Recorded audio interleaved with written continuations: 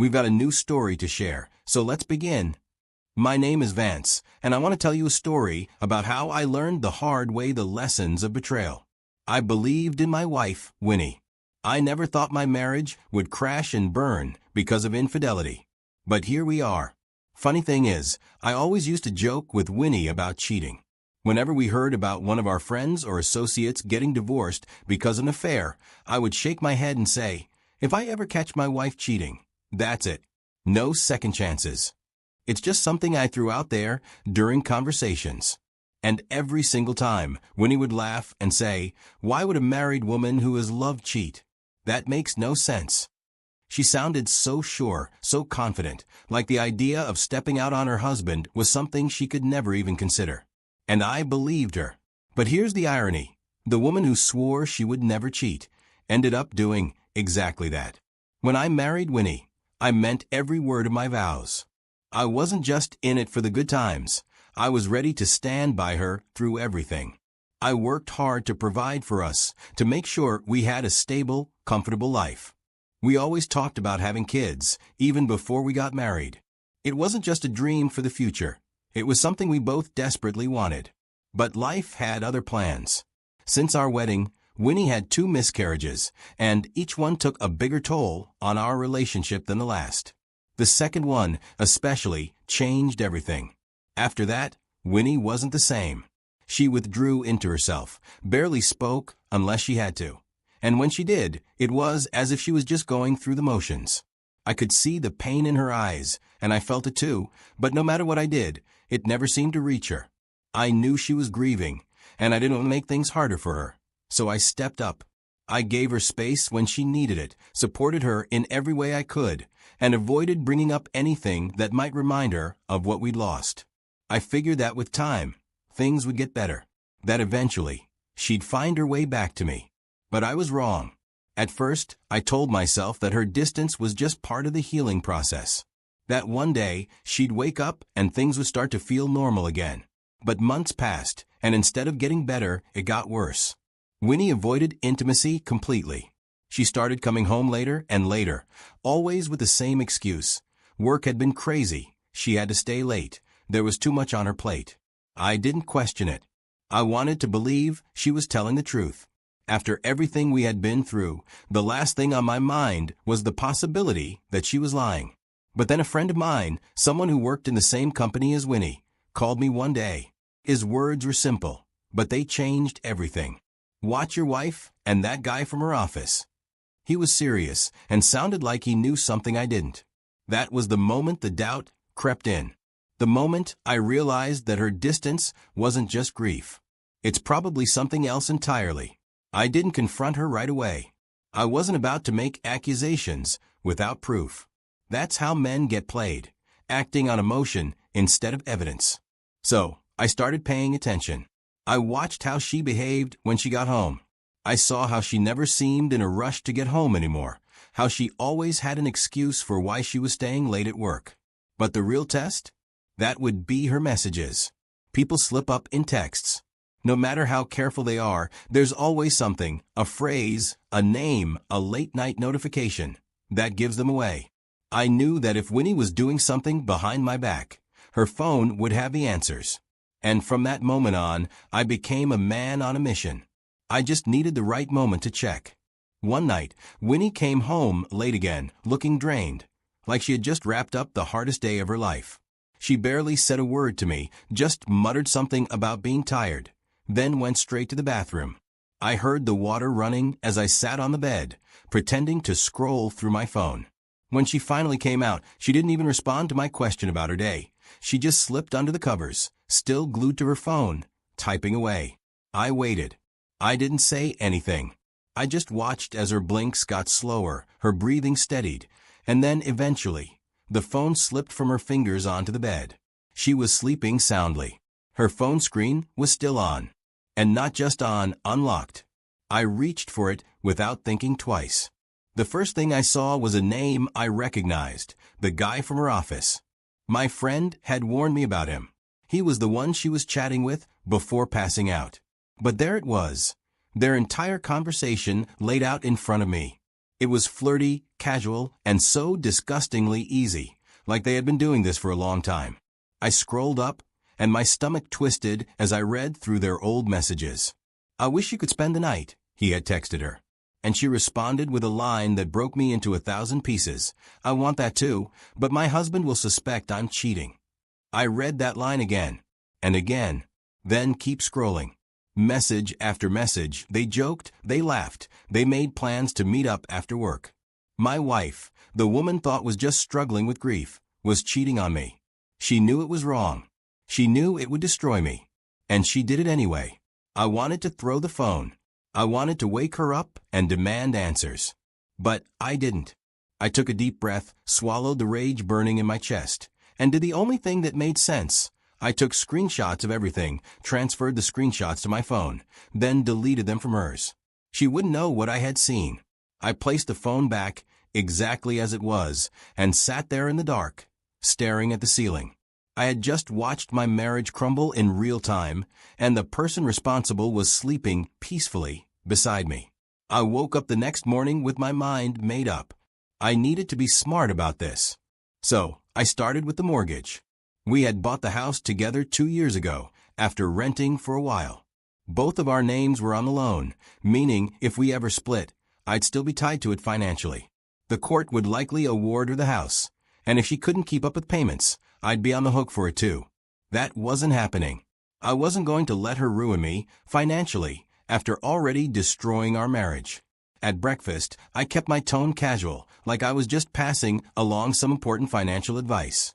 I told her that our financial advisor had warned me about an impending economic downturn and suggested that it would be smarter to put the mortgage in just one person's name.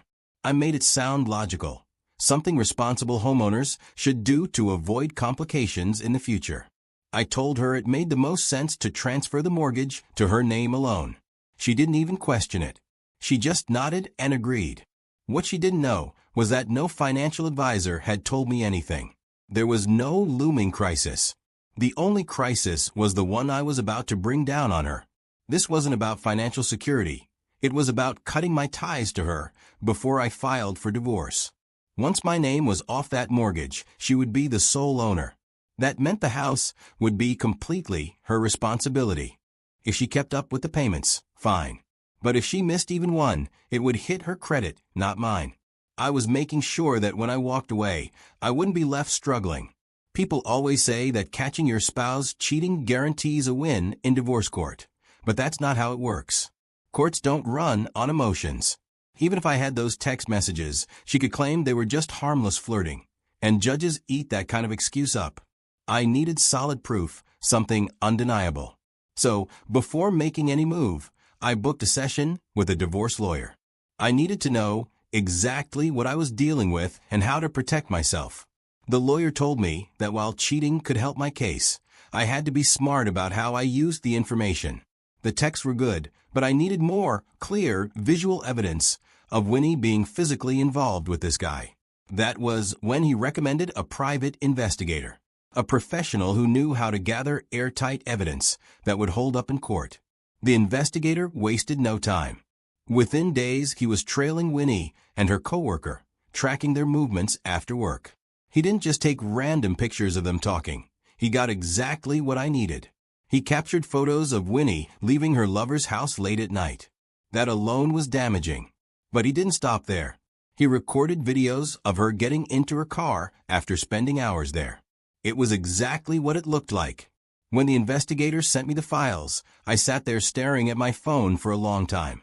Seeing those messages had hurt, but this was something else. How naturally she lived a double life. I saved every single file, backed them up in multiple places. I was a man preparing for war. I knew that if I was going to come out of this mess without being financially crippled, I had to act fast. The system isn't built to protect men in these situations.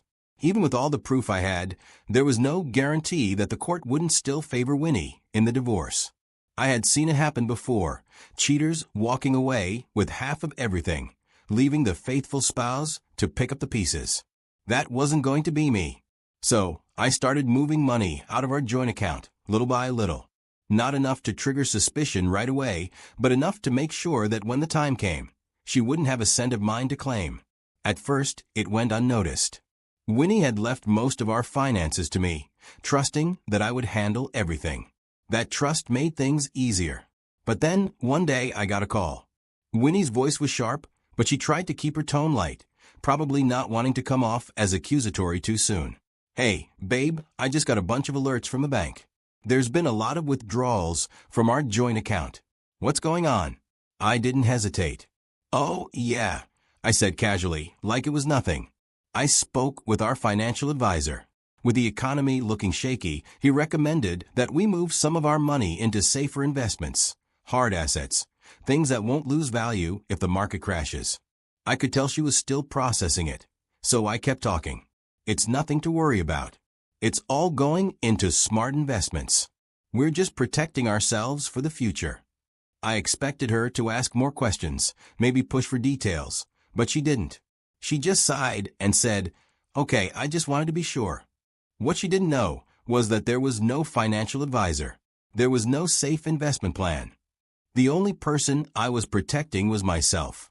Every dollar I pulled out was going into assets that the court wouldn't be able to trace back to me. Luxury watches, high-end jewelry, and valuable paintings. Things that could be sold for cash anytime, anywhere, without leaving a paper trail. If I had simply moved the money to another account, Winnie's lawyer could argue that it was still marital property. But physical assets? Those were different. They wouldn't show up in any bank statements, and once they were out of my hands, they were untouchable. I needed to store them somewhere safe, somewhere completely outside Winnie's reach. So I arranged for everything to be secured in a private safe in Mexico. Why Mexico? Because U.S. courts have no jurisdiction there.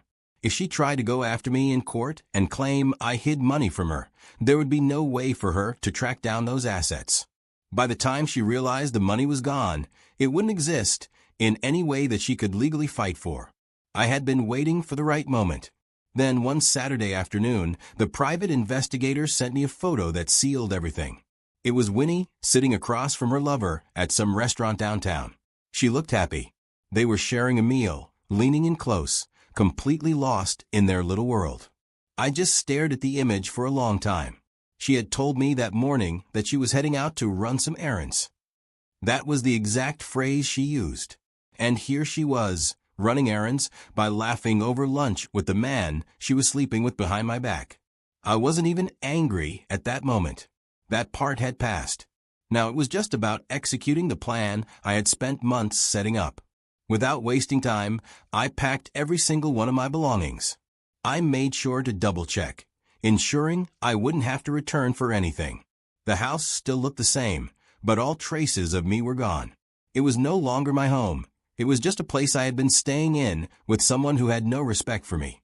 Before leaving, I placed the divorce papers right in the middle of the dining table.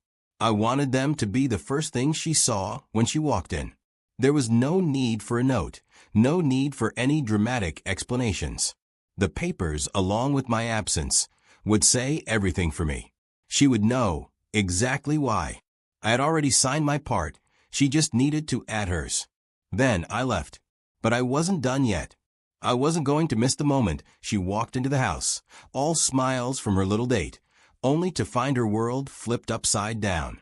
Thanks to the home security camera, I didn't have to imagine her reaction. I could witness it firsthand.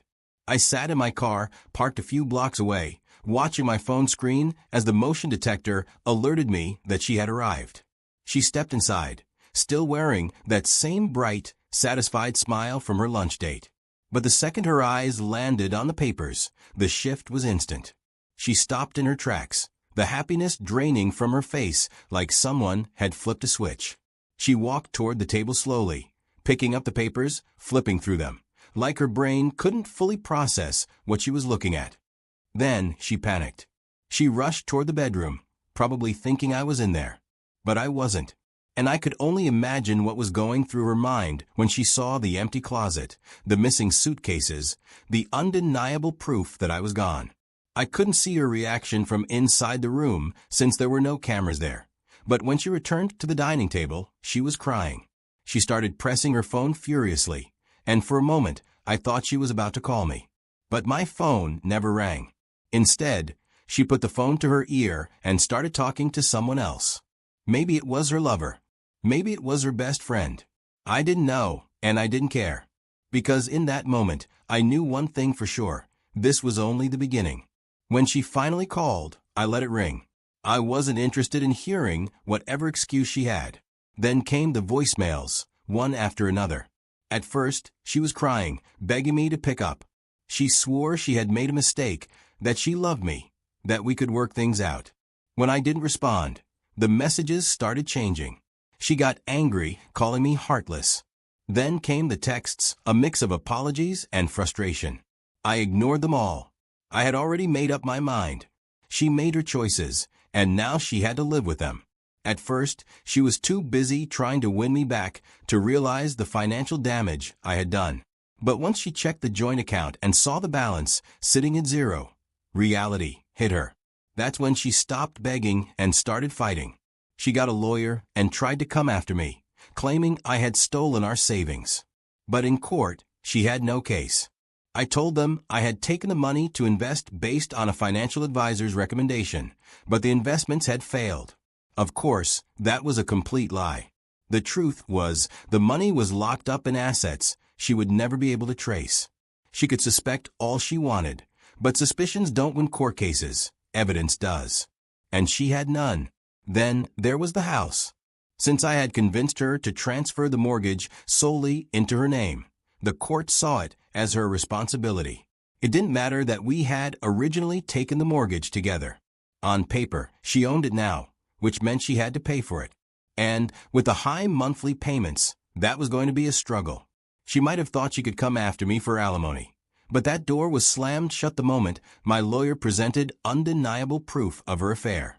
No judge was going to award spousal support to a cheating wife who had been sneaking around with a coworker. She had betrayed the marriage, and legally, that meant she had no right to any financial support for me. In the end, she lost. Everything played out exactly how I planned.